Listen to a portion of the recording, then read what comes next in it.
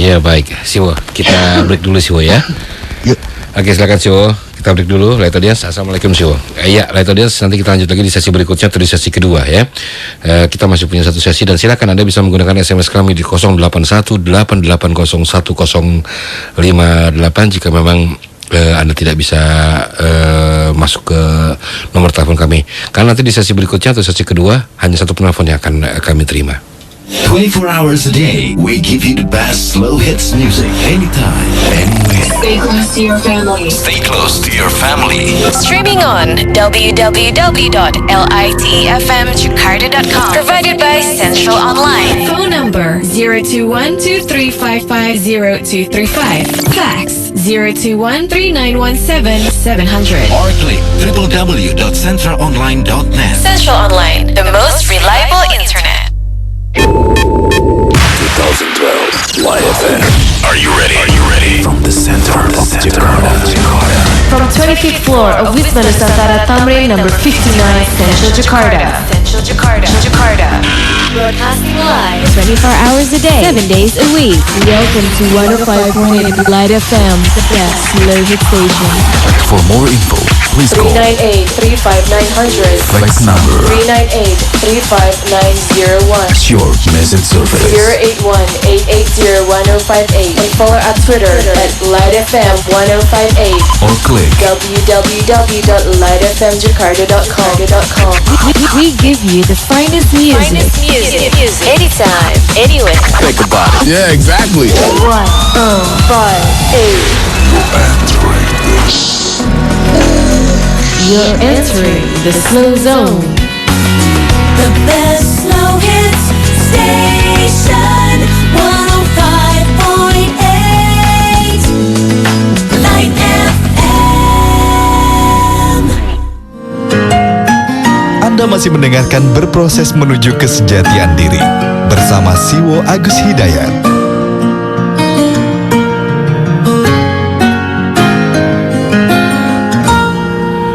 Light FM, the best radio station. Assalamualaikum, Light Audience. Kembali kita sharing bersama Siwo Agus Hidayat dalam berproses menuju kesejatian diri untuk edisi yang kedua malam hari ini ya. Baik, Assalamualaikum Siwo. Waalaikumsalam. Kita terima satu penelponnya Siwo ya. Ya. Oke, silakan 0213983596 kembali saya buka. Ya, silakan. 0213983596. Assalamualaikum. Waalaikumsalam. Ya, dengan siapa ini? Dari Medi Bekasi. Medi. Iya. Oke, silakan Mas Medi. Halo Siwo. Halo, waalaikumsalam. Minal aidin wal faizin sebelumnya. Amin. Minal aidin wal faizin. Siwo. Saya ingin menanyakan tentang bagaimana kita cara mengetahui orang yang ahli Al-Quran. Bagaimana cara mengetahui orang yang ahli Al-Quran ya? Yang memang ahli Al-Quran. Jadi apakah memang dengan ilmu tertentu atau gimana? Mohon penjelasannya menurut pemahaman Siwo. Itu saja. Sekian. Assalamualaikum. Waalaikumsalam warahmatullahi wabarakatuh. Satu penelpon dan SMS berikut. SMS yang pertama Siwo. Iya. Ini dari Nendi di Kalidres.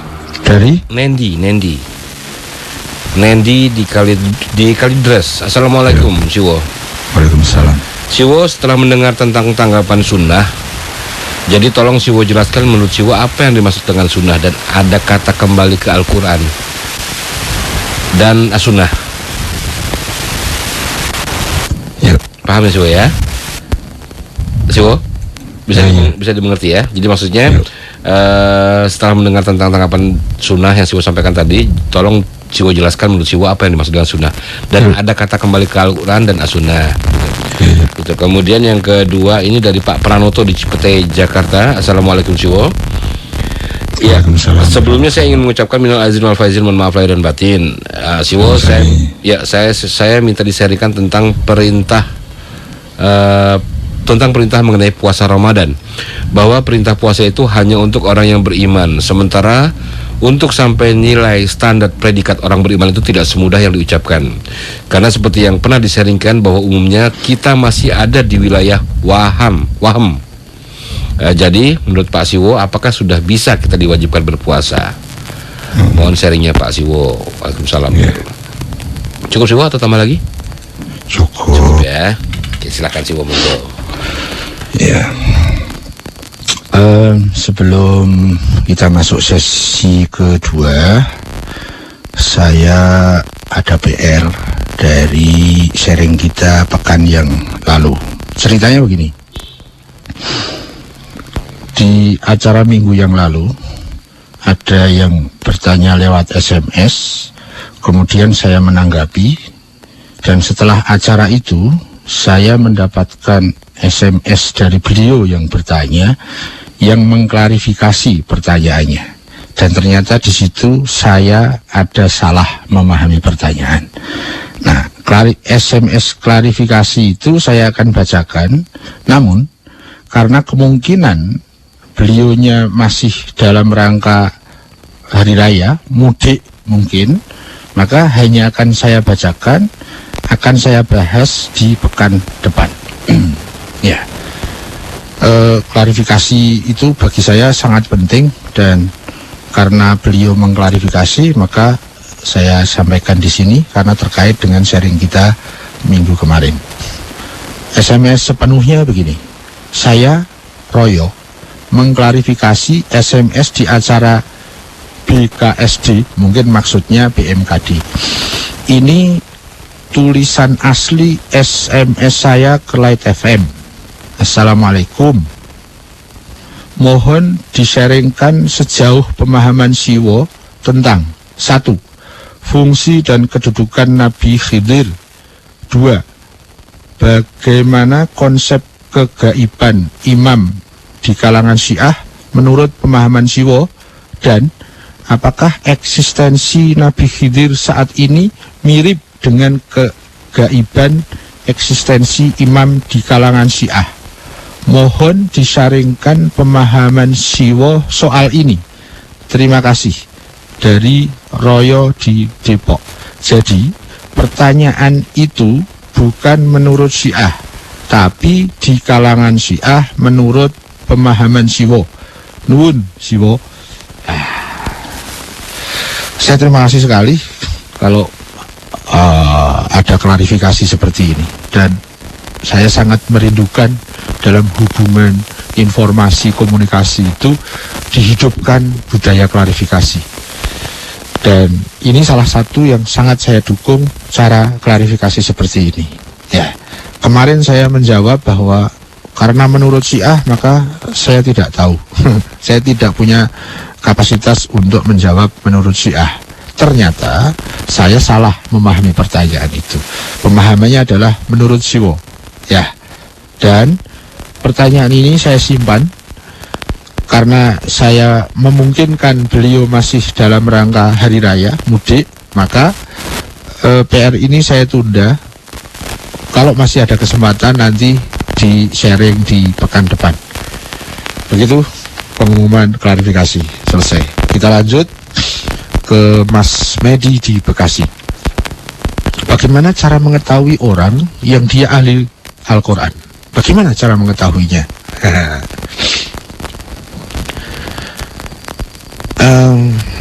Ahli Al-Quran itu tidak sama dengan ahli tafsir.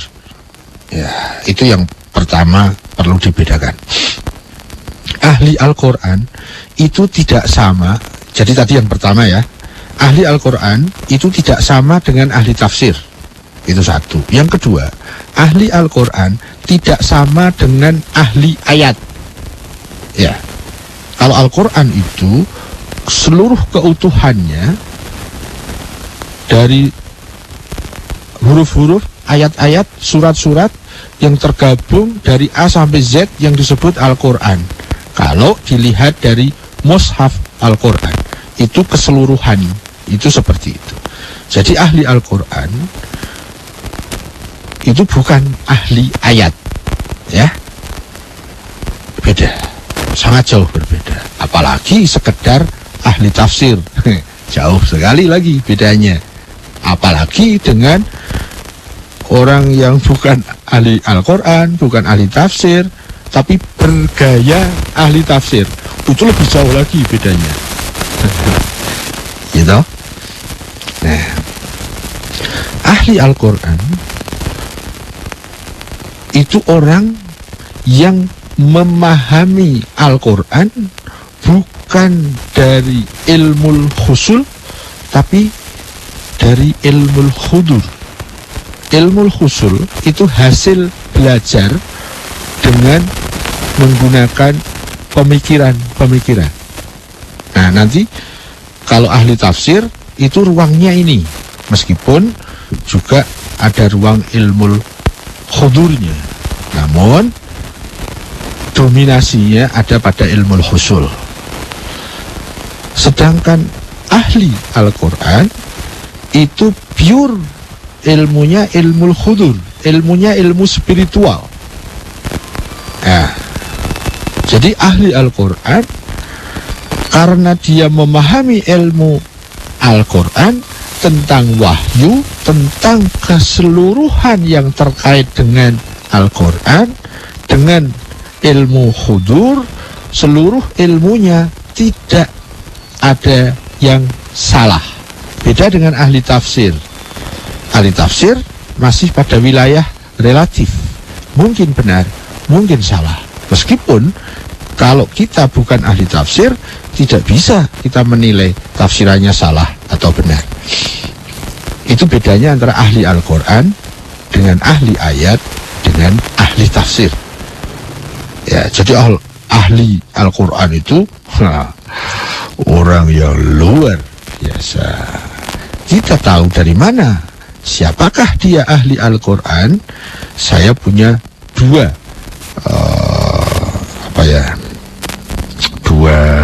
saya sebut dua perspektif saja biar enak. Perspektif pertama adalah orang yang diutus untuk menjadi guru Al-Quran. Dialah ahli Al-Quran. Rasulullah Muhammad Sallallahu Alaihi Wasallam.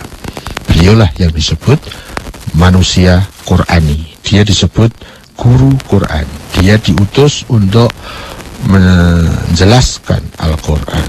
Dia adalah ahli Al-Quran. Selain beliau siapa? Nah, saya ambil simpel, ya. Lebih lanjut mungkin bisa di sesi berikutnya, atau Mas Medi bisa menghubungi HP saya. Yang kedua adalah ulama yang disebut di dalam banyak riwayat disebut sebagai ulama warasatul anbiya, ulama yang mewarisi kenabian. Ya, dia juga disebut sebagai pewaris kenabian. Dia juga disebut sebagai pewaris wahyu. Dia juga disebut sebagai pewaris Al-Quran. Ulama yang warasatul anbiya inilah yang saya pahami, saya yakini sebagai ahli Al-Quran. Pada perspektif lain, ulama yang warasatul anbiya inilah yang terkait nanti dengan pembahasan ulil amri, pemimpin umat setelah Allah dan Rasulnya. Cukup segitu. Kemudian ke SMS Mas Medi di Kalideres. Apa yang disebut sunnah pada kalimat saya di depan kembali kepada Al-Quran dan sunnah. Yang saya pahami sebagai sunnah adalah seluruh kepribadian manusia suci Ya, mungkin di sini saya sebutkan Muhammad Rasulullah Shallallahu Alaihi Wasallam. Ya, meskipun semua kepribadian manusia suci bukan hanya Rasulullah Muhammad Shallallahu Alaihi Wasallam, itu juga disebut dengan sunnah. Sunnah adalah kepribadian manusia suci. Beda dengan hadis. Hadis itu berupa riwayat yang menceritakan hal-hal yang terkait dengan kepribadian manusia suci itu. Yang sering difahami di masyarakat adalah hadis itu riwayat tentang bagian-bagian pri hidup Rasulullah. Sunnah adalah pri hidup Rasulullah itu, kepribadian Rasulullah, yang lahir, yang batin, bicaranya, diamnya, duduknya, berdirinya, perintahnya, larangannya, ilmu husulnya, ilmu hudurnya. Jadi kebagaimanaan berpikir beliau, kebagaimanaan berspiritual beliau, itu semua adalah sunnah. Beda dengan hadis. Hadis adalah riwayat yang menceritakan tentang sunnah. Nah, samakah kembali ke sunnah dan kembali ke hadis? Beda. Beda. Kalau kembali ke sunnah, kita dituntut kembali kepada sumber substansinya. Kalau kembali ke hadis, beda. Kenapa? Karena kita harus lebih dulu membedakan mana hadis yang menceritakan tentang sunnah dan mana hadis yang mirip bercerita tentang sunnah tapi bukan sunnah. Nanti disebut sebagai hadis palsu, hadis dhaif, dan lain-lain. Ya, jadi kalau ditanya apa yang disebut sunnah, itu yang saya pahami tentang sunnah. Yang terakhir, Mas Pranoto di Cipete, tentang perintah puasa Ramadan yang ditujukan kepada orang yang beriman.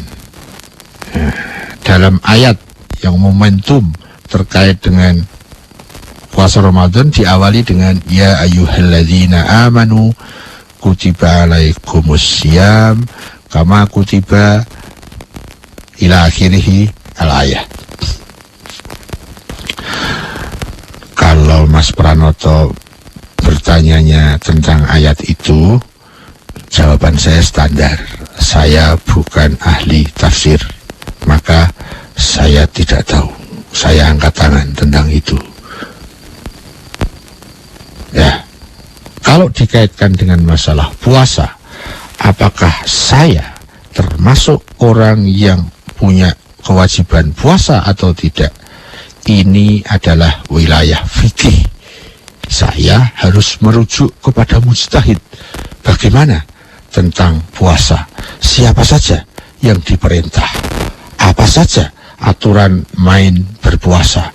Apa saja yang membatalkan puasa? Siapa saja yang terkena perintah untuk berpuasa? Kita tidak bisa, saya tidak bisa merujuk ke ayat. Saya merujuknya harus kepada ahli fikih, kepada marja, kepada mujtahid, kalau menurut komunitas Ahlus Sunnah. Ya. Kalau menurut komunitas Syiah, itu rujuk tidak boleh ke mujtahid, tidak cukup, harus ke marja. Nah, ada perbedaan antara marja dan mujtahid.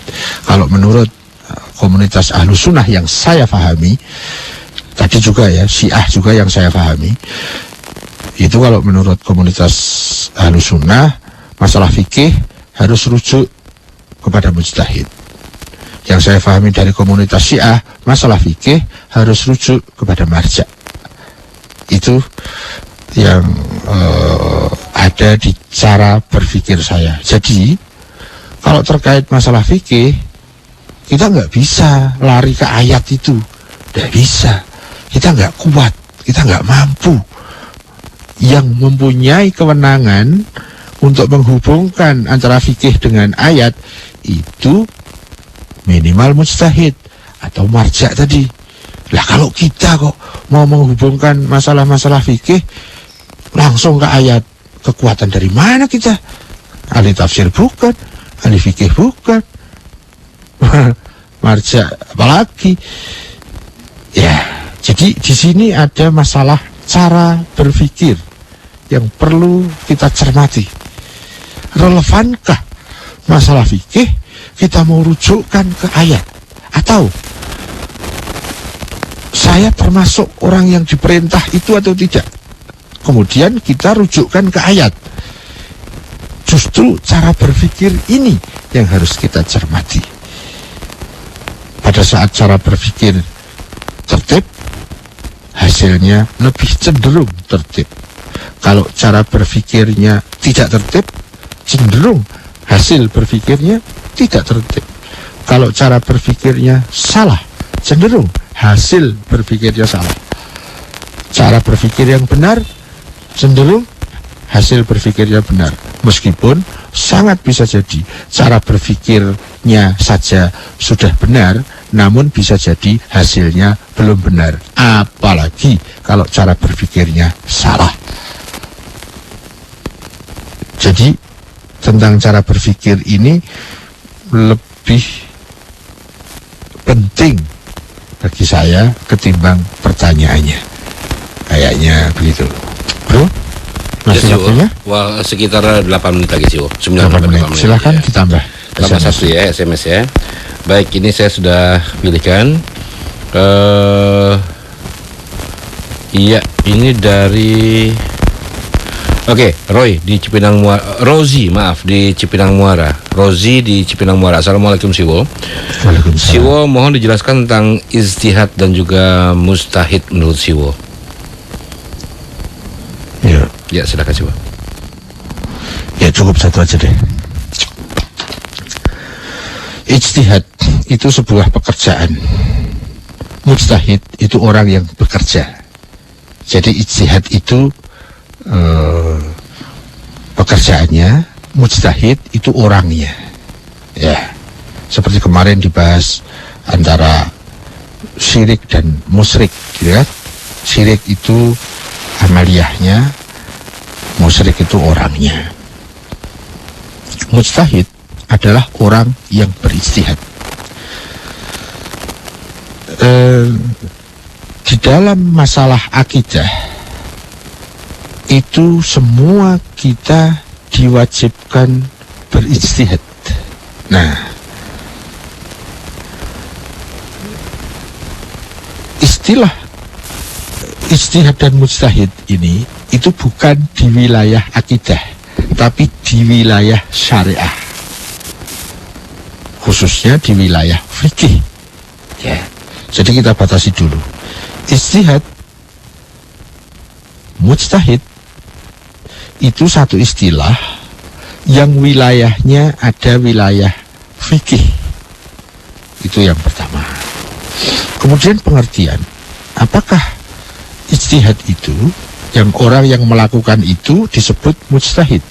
Ijtihad adalah upaya, ikhtiar, mengistimbatkan hukum dari rumus-rumus dasarnya yang ada pada Al-Quran dan Sunnah.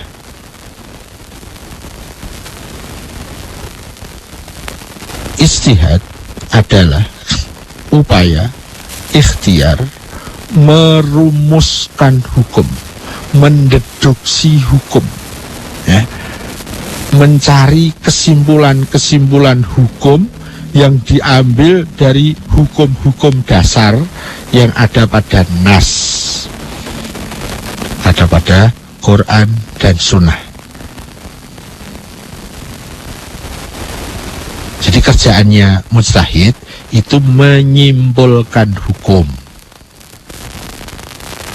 Kalau saya mencari ayat-ayat yang menurut saya relevan, kemudian mencari hadis-hadis yang menurut saya relevan, kemudian saya susun menurut pola cara berpikir saya, kemudian saya menentukan, oh jadi ini hukumnya ini, oh ini berarti haram, oh ini judi misalnya, oh ini riba. Saya memutuskan hukum itu menggunakan ayat-ayat yang saya susun, yang menurut saya relevan, dan dari hadis-hadis yang saya susun menurut saya relevan. Maka saya sedang mempraktekkan ijtihad. Saya sedang memposisikan diri sebagai mujtahid. Ya. Sedemikian juga kalau ada orang yang melakukan itu, mengambil ayat-ayat, mengambil hadis-hadis, kemudian dia mendeduksi atau mengistimbat atau mengambil kesimpulan, oh jadi hukumnya begini. Nah, berarti dia sedang berposisi sebagai mujtahid. Dia sedang melakukan kerja ijtihad. Jadi ijtihad adalah kerja, upaya, ikhtiar untuk menyimpulkan hukum dari hukum-hukum dasar. Dia menyimpulkan hukum dari aturan-aturan dasar, dari kaidah-kaidah dasar yang ada di dalam Al-Quran dan atau Sunnah. Itulah yang disebut ijtihad. Orang yang melakukan itu disebut mujtahid. Nah, apakah setiap orang bisa menjadi mujtahid? Nah, nanti diatur lagi. Siapakah orang yang disebut mujtahid? Itu ada kriterianya. Menurut yang saya pahami dari Ahlus Sunnah maupun menurut yang saya pahami dari komunitas Syiah, banyak kesamaannya meskipun ada perbedaannya. Kalau di Ahlus Sunnah, mujtahid, orang yang berwenang berijtihad, itu sudah bisa dirujuk kesimpulan hukumnya. Namun kalau yang saya pahami dari Syiah, mujtahid hanya berlaku, kesimpulan-kesimpulan hukum itu tidak berlaku untuk orang lain, belum boleh dirujuk oleh orang lain, tapi bagi seorang yang sudah memenuhi syarat sebagai mujtahid, dia tidak boleh merujuk kepada selain dirinya. Dia wajib menyimpulkan hukum, tapi hanya untuk dirinya. Agak berbeda antara Ahlus Sunnah yang saya pahami dengan Syiah yang saya pahami tentang masalah ini. Kalau di Syiah yang saya sempat memahaminya, saya tidak dalam rangka mewakili Syiah itu begitu, ya baru yang saya pahami,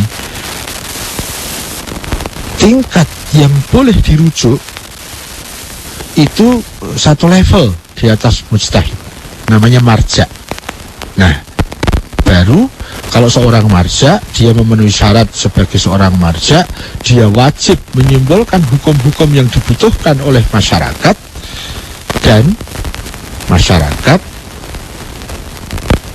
boleh menjadikan marja sebagai tempat rujukan hukum-hukum fikih. Ya, kita kembali ke mujtahid. Apa syarat-syarat seseorang bisa disebut sebagai mujtahid? Sehingga kalau saya melakukan kerja itu tapi tidak memenuhi syarat, maka berarti saya sedang bergaya mujtahid. Saya sedang menduduki kursi yang sama sekali tidak memenuhi syarat. Nah, ini yang berbahaya.